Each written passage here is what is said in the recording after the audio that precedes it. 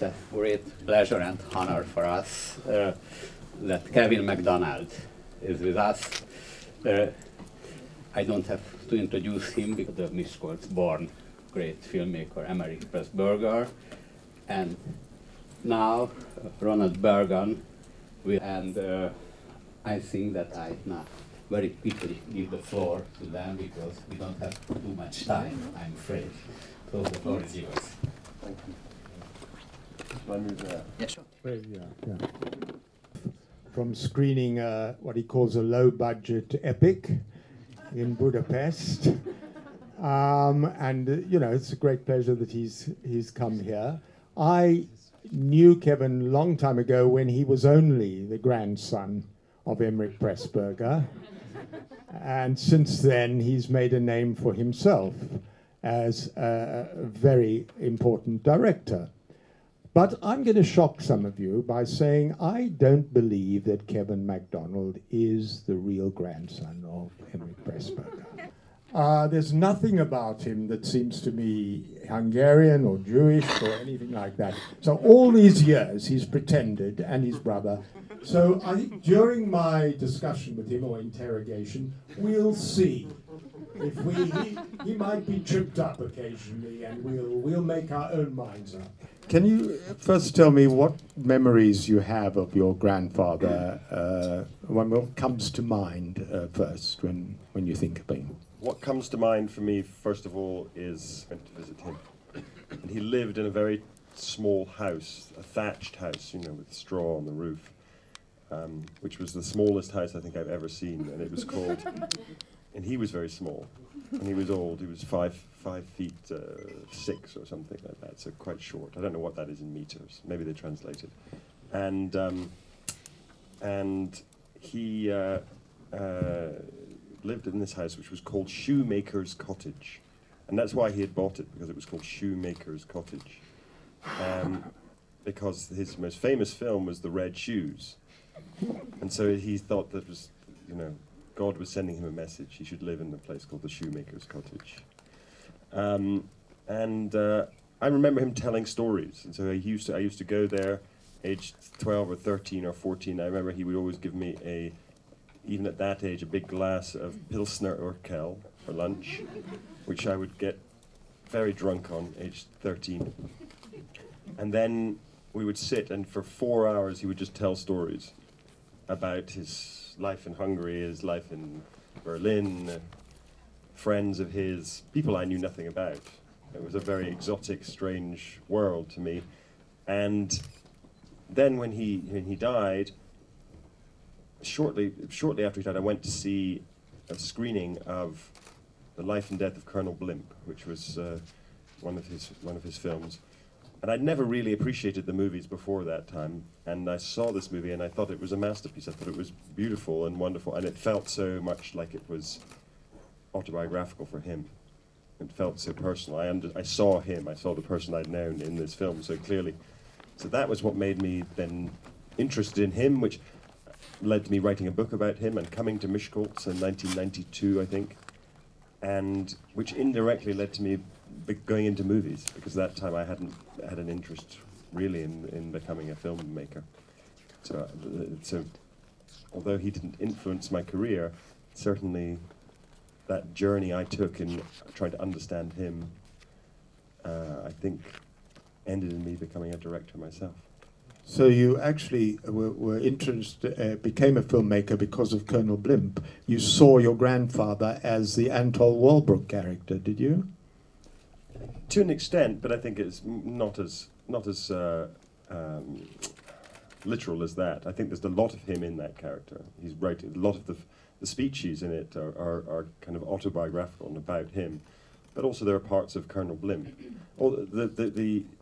The character of Colonel Blimp is somebody who's been described as a romantic pessimist, somebody who keeps falling in love with the same woman through his life, and each time it doesn't work out for some reason. He can never really find true happiness and romantic fulfillment, and I think my grandfather was like that.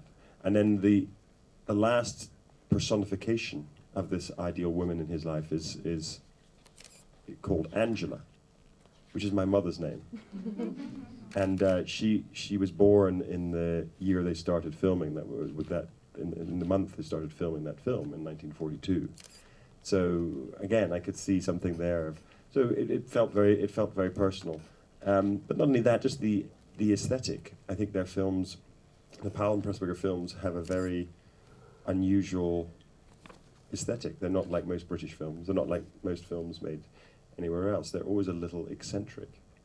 And it's that eccentricity which makes them still live on, because they're not perfect examples of a genre or anything like that. They're always something that's a bit strange about them, and that's what makes them live on. I think Emmerich used to always say, "I was never a professional filmmaker. I could never be a professional because I could never do it perfectly. I could never make a perfect commercial film. I was always just an amateur because I only did it for love."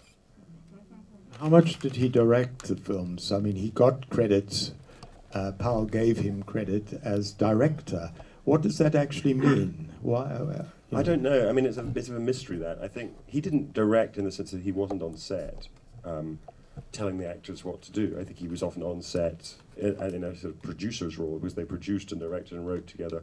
So he would be on set sorting out problems with, you know, if an actor was refusing to come out of their trailer or something like that, or if there was a money question or whatever it is, he would be there for that.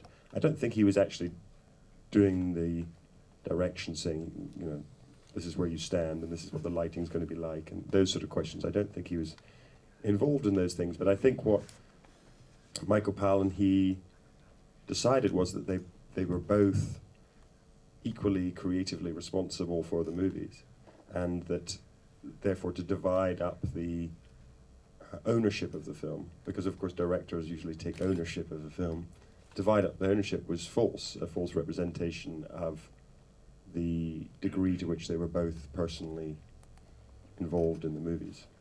So that's my understanding of it. And of course they went on to do 20 films like that. I think it's a sort of unique partnership in that way, that 20 films which were written, produced and directed by the same two people. And it's a unique credit. Yeah, they're so different, Michael Powell and Emmerich Pressburger. And I mentioned earlier the Coen brothers and Dardenne brothers are identical. This is the first time that opposites could make a film together, perhaps. Are there any other personal anecdotes? You mentioned your mother's name in Colonel Blimp and certain speeches that are made. Are there any other films which you feel as personal, or are there any other? I think so. I think that several of the films that he made have parts of them which are clearly him talking about himself and where he was from and the journey he came from to become from here in Miskolc to Prague to Stuttgart to Berlin to Paris to London, and the adventures and misadventures he'd had along the way. I think in Canterbury Tale, which is a very strange film, a modern kind of retelling of the famous Chaucer medieval book, Canterbury Tales. There's a speech in that which is where the young American soldier is in a small English village. He's in a culture which is so different from his own, and he starts talking to one of the local farmers about how long the wood has been seasoned for and how long good wood needs to be seasoned. And suddenly they have this connection because he's a farmer from somewhere in America, and the farmer in England suddenly understands him, and they come together over this discussion about wood, timber, which is a very strange thing. But that, I think, very much came from Emmerich's experience of growing up in the countryside here in Hungary, because his father was a land manager. You know, he looked after estates, I think, for aristocrats, effectively, and was dealing with those kinds of things about wood, about grain, about simple tilling of the land. And Emmerich knew a lot about that, about the connection with the countryside, and that is there in the films, which again is quite unexpected because at the same time he's a very urban, sophisticated, cosmopolitan person, but it had this rooting in country ways, which I think came from being here in Miskolc and in Temesvar later on. But in this, we saw clips from a documentary. I don't know if it was your documentary or interviews with you, in fact, who said you knew nobody who loved England as much as Emmerich. Did he actually believe in everything about England? I mean, he saw it as a romanticized view of England. He felt that Britain had saved him, and obviously he was Jewish. Most of his family were killed in the war. His mother was deported from here in Miskolc, and went to Auschwitz. He felt that it was only by being welcomed into England and protected in England that he had survived personally.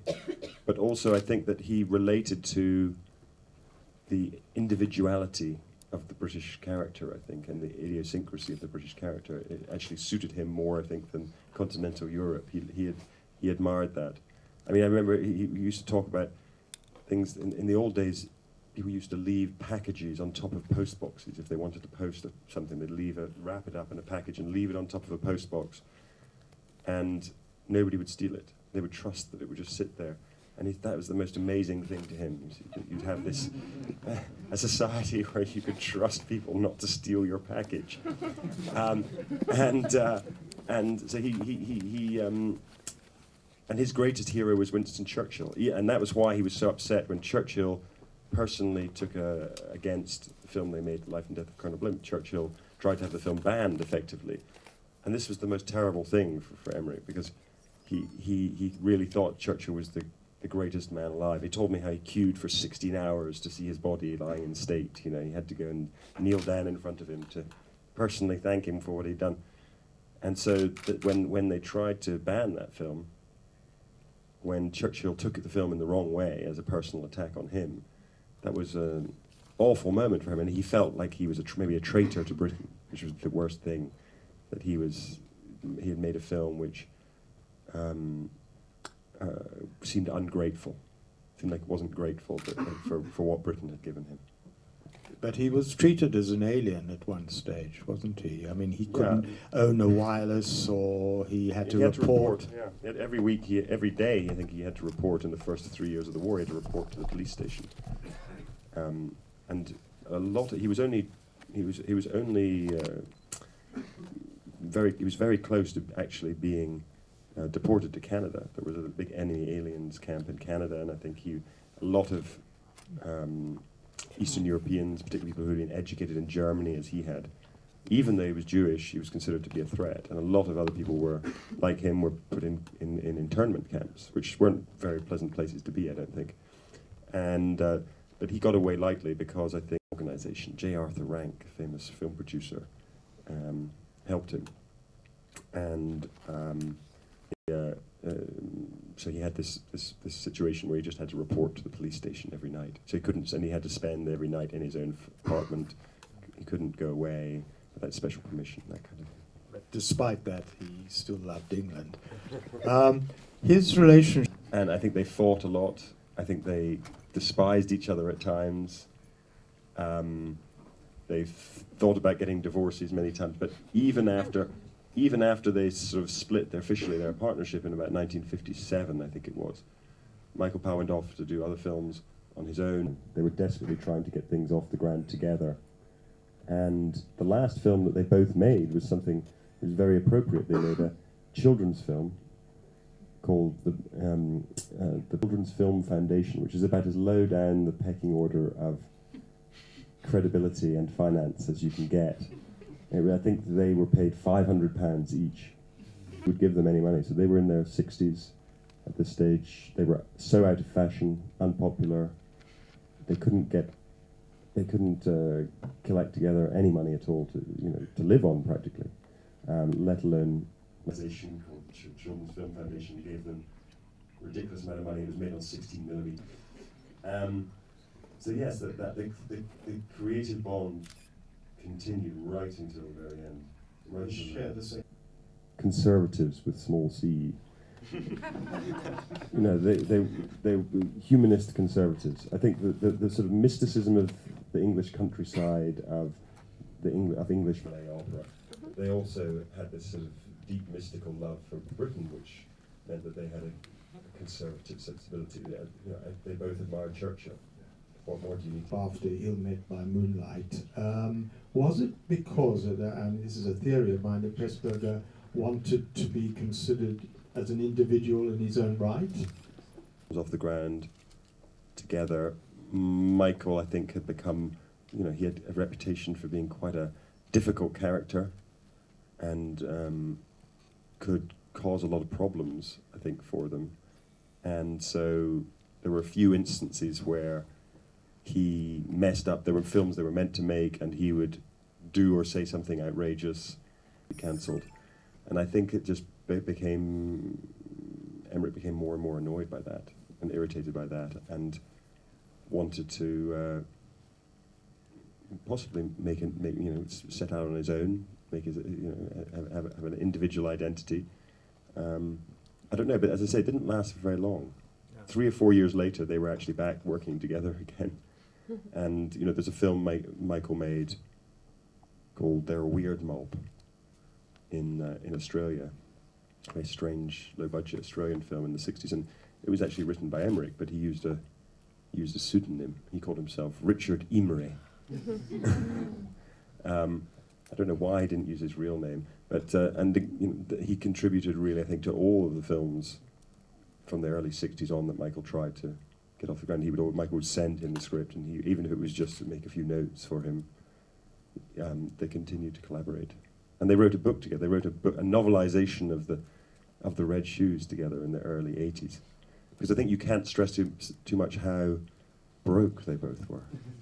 And there was any opportunity to earn some money, like by selling out the Red Shoes story, they thought that might be commercial, so they wrote this rather trashy supermarket novel. Nobody bought it, of course. But they were both really up against it, and that was sort of the extraordinary thing. They had this long career making fabulous films, but neither of them were very good with money or very practical, and so they spent really from their 60s until they died really in penury, with nothing. Were they? Was he bitter at all in the last years, or was he trying to get things off the ground all the time? Was he trying to get things felt off the he was ground ignored? I think a little bit. I think when in the early 80s there was a sudden interest in them and their films again. So there was a reevaluation. People look back at these films and say, oh, there's something really unusual, something really intriguing about these movies, and their reputation critically started to grow. I think that was fantastic for both of them. I mean, really gave them a renewed sense of self-worth, and reinvigorated them. And Michael Powell, that led to him going off and having a sort of latter-day career as a kind of consultant in America to Francis Ford Coppola. And he then ended up meeting Martin Scorsese, who was a big fan of the films and was really one of the people who started the reassessment of the movies. And he, Michael, ended up marrying Martin Scorsese's editor, who's still his editor, who's edited all his films, Thelma Schoonmaker. Shoemaker and Schoonmaker. That always seemed like a film. Were there films he didn't like? Yes, I think like a lot of people of his generation. I remember I interviewed Billy Wilder for my book about Emmerich, and he didn't like any of his own films that hadn't made money. And I think they were a bit like that. They wouldn't. The Canterbury Tale, for instance, which is a lovely film, they didn't like that film. They wouldn't talk about it because it had been a financial failure. So, but I think that Life and Death of Colonel Blimp was the film that was closest to his heart, and the one which he felt proudest of. And it really is. It's Britain's Citizen Kane, as Andrew Sayers called it. It's a film which reflects and echoes and changes the more you see it and the more time passes. And it's playful and entertaining and moving and strange, like all of their films. Certainly. What's interesting, I was just remembering watching some of the clips and the titles, is how much they had a repertory company. They employed actors that nobody else would employ, like Roger Livesey, David Farrar, made them stars, and they were not in any other film. They kept the same people. Yes, I think that was part of what made the film so idiosyncratic. They cast people who were bit part players or theatre actors, and they like Roger Livesey, who is marvellous, fantastic, and he is in a few other films, a few other not particularly distinguished films, but you associate him completely now with their movies, don't you? And that voice is so fantastic. It's utterly unique, the voice of Roger Livesey. In fact, I think my favourite of their films maybe is I Know Where I'm Going, because it's a kind of romantic comedy, and it's set in the Highlands of Scotland, where I'm from, and it's flawed by one thing, which is the fact that they shot a lot of it in the studio, so it's got back projection of some of it, which is a real shame because it had all been on location. Which film is, if you look carefully at it, you can see that all the stuff on location Roger Livesey has doubled, because originally James Mason was playing the part, and like 2 weeks before filming was to begin, he had a difference of opinion with them, pulled out, and they said, okay, we'll get Roger Livesey, but Roger Livesey was in the theatre in London, so he had to leave to go to the theatre every day at 5, and they couldn't go to Scotland, so they doubled it all. Amazing. Was this at Pressburger's instigation to try and get Germans to be sympathetic in British films at the time? I think that was very much his humanist. Sounds a very simplistic thing to say now, but at the time in Britain that was a daring thing to say, and an even more daring thing to put on film. And to him, Conrad Veidt was the absolute representation of everything that was great about Germany and decent about Germany, and that Veidt left the country because of disagreements with his own political and moral stance that he took. I think Emmerich really admired that, and in fact, originally, Emmerich tried to persuade Conrad Veidt to become part of their partnership, and it was actually for a short while going to be a partnership of Conrad Veidt, Powell, and Pressburger. And Veidt was going to produce. So nowadays everybody knows him only, I guess, from Cabinet of Dr. Caligari and from Casablanca. But he was actually a huge star then. He was a big star, and so he would have been in all their movies. But he decided to go to America. He went to America. He made Casablanca, and then he died young. I think that's one of the more interesting things about their wartime films is that they resolutely refuse to portray all Germans as bad, and there's always sympathetic characters. There's always a sense that a real German culture exists that can be admired, separate from the culture of the Nazis, and that should be remembered, and that should be encouraged. There's a famous scene in Life and Death of Colonel Blimp where Colonel Blimp, the Roger Livesey character, goes to an internment camp for German officers in Britain after the First World War to meet his old friend, who's a German officer, and they're playing Beethoven. And there's this, the comment something like, how is it possible that a culture which also produces such beauty, and Emmerich was a great music lover, but produces such great beauty, can also produce such a warlike and fascistic culture at the same time. I think it's the cosmopolitanism. I think it's the love of high culture. I think ballet and opera. Michael wouldn't have made the Tales of Hoffmann or the Red Shoes without Emmerich. He was the one who was interested in that. But I think it's in the things we were talking about before. I think it's in a very sophisticated humanist view of the Germans during wartime. I think it's in generally a humanist view of the world. Emmerich always used to talk about human values. I don't want. He said about I think about A Matter of Life and Death, which is in Britain probably the most popular of their films. He said it's not a film about human beings; it's about human values. And that was always his.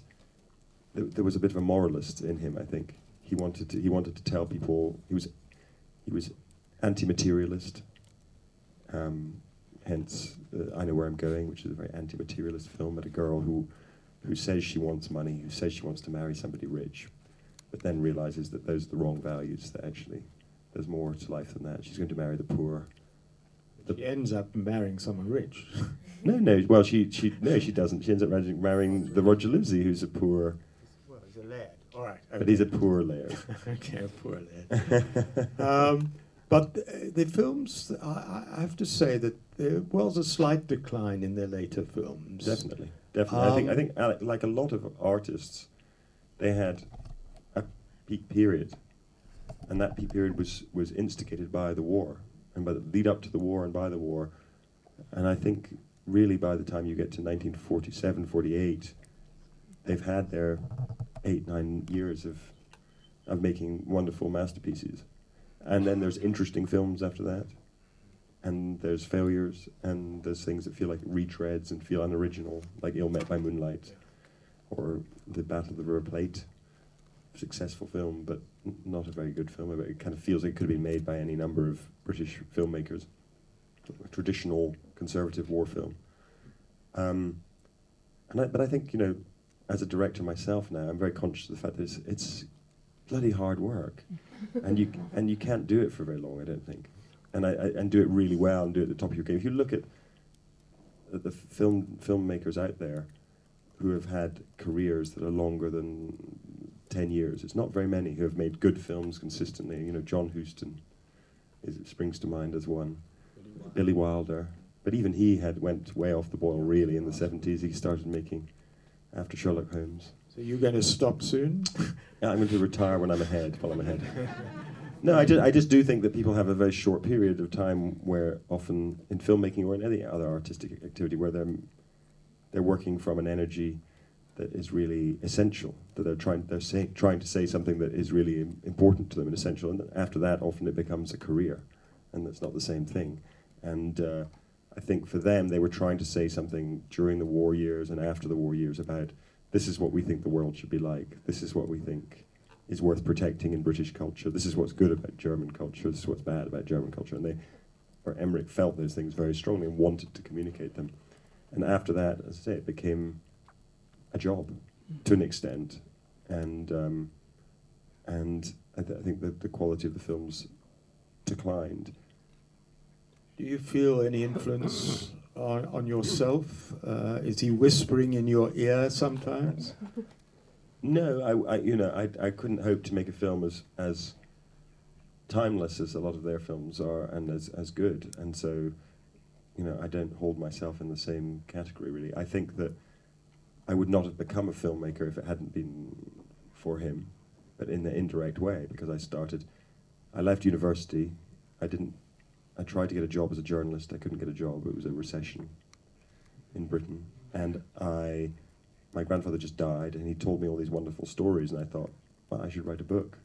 And a friend of mine worked at a publisher, and he said he'd publish it. So I spent 2 years writing this book, and through writing the book, I watched a lot of films to educate myself. What were they doing at Ufa in Germany in 1929, when Emmerich made his first film? What were they doing in France in the 30s? What were they doing in Hollywood?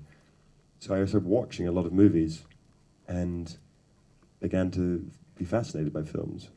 And then I made some documentaries, but the first long documentary I made was a documentary about Emmerich, which I think you're going to have the misfortune of seeing. It's not a very good film, but it was the first thing that I made, really. And so I made that and learned a bit about documentary making, and then became interested in making documentaries, and made documentaries for 10 years, and then had the opportunity to make a fiction film and went into it. Yes. Yes. Perfect. No.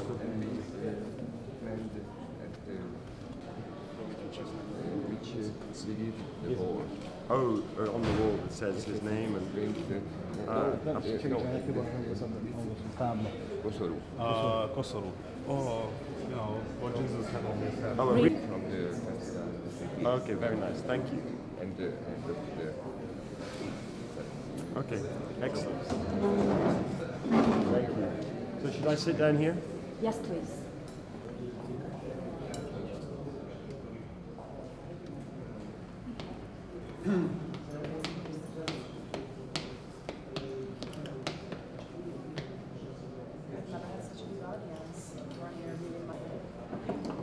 How does he make you feel to be here in your grandfather's birthplace? It makes me feel quite emotional to be here, because I guess in a different life, if things had been different, I could have been living here in this country and in this city. And also because I know that my great-grandmother was living here, was deported from here to Auschwitz, and a list of all the people who've been deported from here, and I found her name and how old she was and everything, and that was very moving to me. Streets that they saw, you see the house they lived in, and somehow you feel closer to them. How much was he a Hungarian in England? I'm thinking of, did he ever speak in Hungarian with your mother? Did he speak to you in Hungarian? Do you know any Hungarian words? I know no Hungarian at all. I wish I did know, but he didn't teach my mother Hungarian, and because he married an English woman, and I guess she maybe didn't want to. But also, I think he wanted to belong to England, so he wanted his daughter to belong to England, and you do. He had a very, very strong Hungarian accent. He still sounded in his English was never very good. His spoken English. It was good. He could write.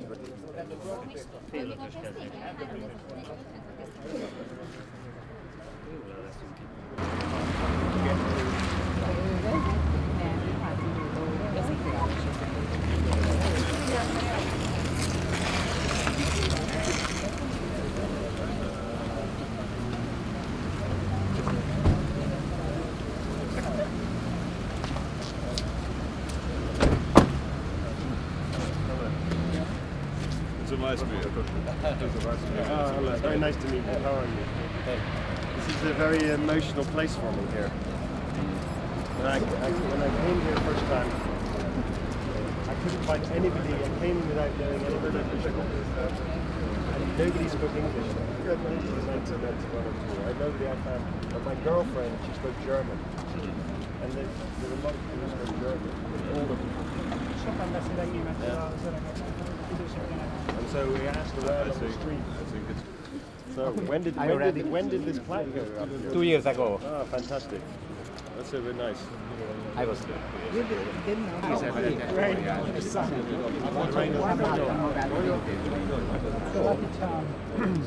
Can we start? Yes, let's start. That'd be good. Okay.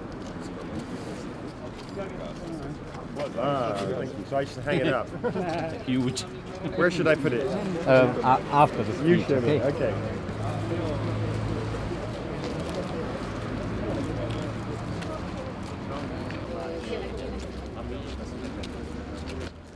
Hölgyeim és uraim! Lassan már hagyománnyá válik, hogy a miskolci CineFest ideje alatt a fesztivál látogatói, filmesek és a közönség eljön ide Pressburger Imre szülőházához, hogy lerújja tiszteletét Miskolc város szülötte előtt, aki nagyszerű filmrendező volt, producer volt, forgatókönyvíró volt. Köszönöm szépen. So that's the extent of my Hungarian. It's really very great honor to be here, and to an emotional thing for me to come to where my grandfather was born. I think you feel a great connection and a greater understanding of your ancestors if you go to the physical place where they were, if you stand on the ground where they stood, if you look at the windows that they looked out of. And of course, I came here first in 1991 or 1992, when Miskolc was a very different place, I have to say. Just from driving around today, it's changed an awful lot. And I came here and I found a city that seemed very modern. Lots of modern apartment blocks, I guess, built in the 1960s, 70s. And I had my grandfather's birth certificate. Oh, are you going to translate as we go? Apologies. Számomra is nagyon modernnek tűnt ez a város, körülnézve 60-as, 70-es években épült házakat láthattam. Well done. So I came to the city which seemed like a very modern city, and I had my grandfather's birth certificate, which said where he was born. And it said 3 St. Peter's Street, I think this street was called. But in 1991, this street was called something completely different. Maybe the mayor can tell me what it was called. And I didn't speak any Hungarian. I couldn't find anybody who spoke any English to ask them, where is this street that was called St. Peter's Street? And luckily my girlfriend at the time spoke some German, and she found some old people who spoke German and who told us, this is the street. Szerencsére a barátnőm tudott németül, és találkoztunk idősekkel, akik elmondták nekünk azt, hogy ez az utca az, ahol éppen állunk. So I started, I remember, to walk down the street from this end here, and I thought, well, there's not going to be anything, a house here, because it's also modern. And then I come closer and I see there's one old building here. And would you believe it, that is number 3, that is the one that he was born at. So it felt like it was something that was meant to be, which sometimes happens when you go on the kind of journey I went on. You things that seem so coincidental and so good, so fortunate, they happen to you. Tudtam, hogy nem tudjuk, nem találjuk meg azt a szülőházát, hiszen mindenhol modern építésű házakat láttunk. Aztán, ahogy egyre közeledtünk, megláttuk ezt az épületet rajta a 3-as számmal, és úgy gondolom, hogy ez egy olyan történet, aminek egyszerűen így kellett történnie, amikor egymáshoz érnek a dolgok, amikor So I just want to thank the people of Miskolc and the organizers of the festival for making this happen, for inviting me to come here, to come back to see this house one more time. And I guess in a different parallel universe, I could have been a Miskolc citizen myself. So I should feel partly that this is my town. So I'll now hang the plaque. I thought I was going to have to jump all the way up there, but I see they've put this down here. So I'll put that there. So thank you very much again. Thank you for inviting me. Először azt hittem, hogy majd fel kell egészen oda, olyan magasra ugranom, de látom, hogy itt kihelyeztek egy állványt erre a célra. Köszönöm szépen!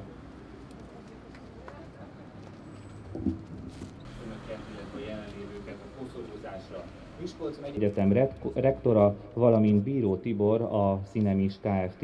Ügyvezető igazgatója.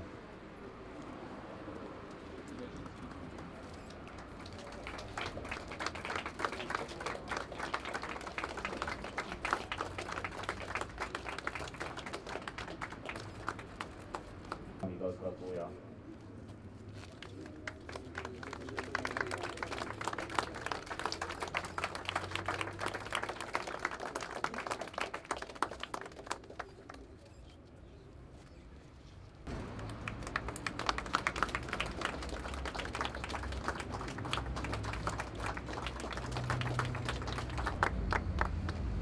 Tisztelt Hölgyeim és Uraim! Pressburger Imre szülőházánál a megemlékezés és a koszorúzás, hogy érezzék magukat nagyon jól a fesztivál ideje alatt. Viszontlátásra!